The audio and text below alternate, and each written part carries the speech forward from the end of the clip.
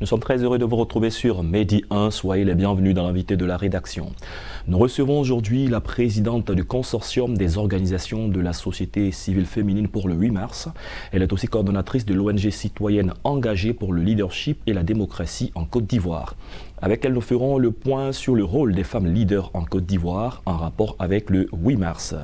Bienvenue, madame. Merci beaucoup, monsieur Ouman. Nous parlerons de femmes leaders, donc de leadership. Qui sont les femmes leaders? Qui sont les femmes leaders? C'est un peu difficile de le définir, parce qu'à la vérité, pour moi, toutes les femmes sont leaders. Très bien. Toutes les femmes sont leaders, parce que chaque jour au quotidien, elles apportent quelque chose dans leurs différentes communautés, dans leur famille. Mais le problème aujourd'hui, c'est que ce leadership dont elles font preuve dans leur ménage, dans leur communauté, n'est pas suffisamment reconnu. Parlons maintenant du consortium des organisations de la société civile féminine pour le 8 mars. Pourquoi un consortium et pourquoi le 8 mars? D'accord, il faut dire déjà que le consortium, c'est un mouvement citoyen composé de 30 organisations et activistes pour les droits de la femme et de la petite fille. Nous sommes des organisations qui travaillent sur diverses thématiques. Alors, nous avons choisi de nous mettre ensemble pour pouvoir donner de la visibilité à nos actions, fédérer nos initiatives, mais surtout faire la promotion d'un leadership actif qui est sensible à son environnement, aux réalités de son environnement. Alors, ce que nous faisons au niveau du consortium, nous n'attendons pas forcément d'avoir un financement, c'est ce qui s'est passé, parce que la plupart des réseaux sont nés, par exemple, à partir d'un financement et autres. Le consortium, il est né à partir de la volonté individuelle de chaque membre. Donc, ce n'est pas un financement qui nous a réunis. Alors, donc, si nous sommes réunis, c'est de pouvoir avoir cette capacité-là, de pouvoir s'exprimer sur les questions de notre communauté. Voilà. Quand on parle de changement climatique aujourd'hui, nous, en tant que consortium, on n'attendra pas un financement pour pouvoir en parler, parce que ça touche les femmes. D'accord, très bien. Essayons de faire un état des lieux quand on parle d'égalité de genre, puisque cela fait partie également des buts du consortium, faire en sorte qu'on atteigne un niveau d'égalité, que ce soit l'égalité au niveau des chances aller à l'école, chances pour pouvoir se soigner, pour accéder à des postes de responsabilité.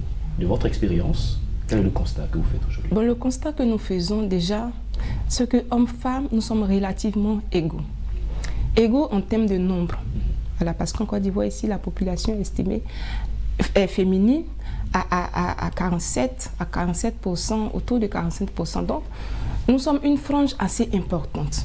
Mais le constat que nous faisons malheureusement, c'est que cette frange-là n'est pas représentée à la hauteur de son nombre, de sa dimension dans les différentes sphères. Quand on prend au niveau politique, il n'y a pas encore, en tout cas quand tu prends le Parlement, le Sénat, les conseillers municipaux et autres au gouvernement, on n'a pas encore atteint les 30%.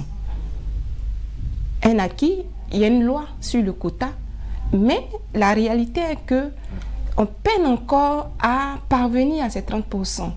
Que ce soit dans les instances électives, que ce soit dans les instances de prise de décision, que ce soit dans tous les domaines, même économiquement. Est-ce que les responsabilités sont situées à ce niveau? À qui la faute? À qui la faute? Responsabilité partagée? Oui, partagée.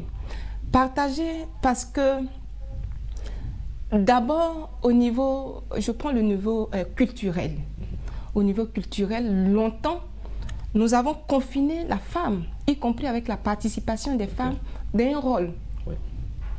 La femme, elle est faite pour la cuisine, elle doit être une bonne ménagère, une bonne femme, une bonne éducatrice pour ses enfants. Mais on a nié à la femme sa participation dans l'espace public. Oui, au grand débat. Au grand débat. Donc, dans les communautés, tu ne verras pas une femme sous l'arbre à palabre. Elle est confinée dans la cuisine. Et en plus de cela, il y a le retard que les femmes ont en cuisine en termes d'éducation. En termes d'éducation, aujourd'hui, il y a une loi sur l'école obligatoire qui aide, mais encore, il y a de nouveaux défis qui apparaissent, qui freinent la participation de ces femmes. D'accord. Et la question, c'est comment mettre la femme au centre de toutes ces préoccupations, au centre du développement et lui permettre de jouer le rôle?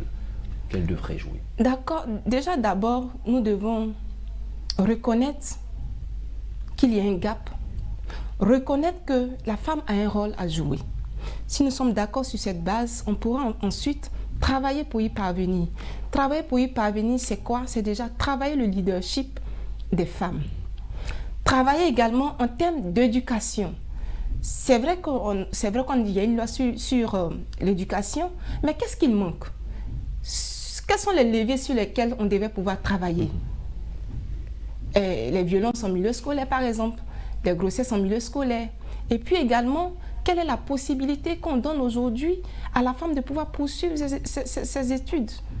Puisqu'on observe de jour en jour, et ça c'est mondial, mais ça nous touche et ça touche également la question féminine, le coût mondial qui monte.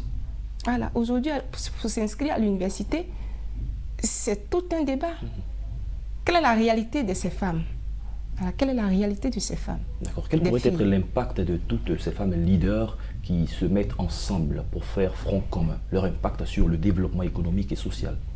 D'accord. L'impact de ces femmes serait, par exemple, de pouvoir montrer d'abord qu'elles ont du potentiel, qu'elles ont quelque chose à apporter. Et à ce sujet, j'ai une anecdote.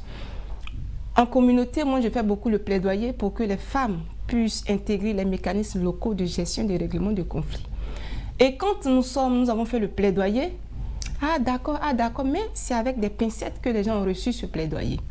Et ce que nous avons fait en parallèle, c'est de pouvoir former les femmes à l'animation d'un dialogue communautaire, à la résolution des conflits communautaires. Et nous avons formé ces femmes et elles sont allées sur le terrain adresser les questions de la communauté. Pas seulement les questions qui leur concernent, mais les questions qui concernent la communauté. Et quand elles ont réalisé ces activités, beaucoup de personnes de la communauté ont reconnu que ces femmes pouvaient apporter beaucoup. Même si aujourd'hui ça traîne, mais quand même, on reconnaît un peu la capacité de ces femmes. Donc, il faut, en tant que femme, montrer ce qu'on sait faire. D'accord. Mise en avant du leadership, la question de la formation, la question de l'éducation. Aujourd'hui, quels sont les défis les plus urgents du consortium et même des femmes? Aujourd'hui, les défis les plus urgents du consortium, en termes de projet, c'est de pouvoir créer un espace d'expression pour les femmes. Parce que généralement, pour pouvoir se prononcer sur certaines questions, nous, en tant qu'organisation féminine, c'est un peu difficile de pouvoir se retrouver au siège d'une organisation de peur que cette organisation-là soit fustigée.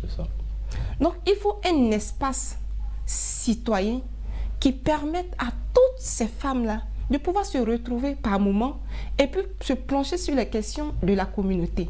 Parce qu'aujourd'hui, si nous ne sortons pas de cette histoire de droits des femmes, c'est vrai qu'on doit parler des droits des femmes, mais nous devons montrer un autre pan, celui de ce qu'on peut apporter quelque chose à la communauté. Bien entendu. On lutte pour notre droit, mais voici ce qu'on peut apporter pour notre communauté, et c'est justement pour cela qu'on lutte pour nos droits.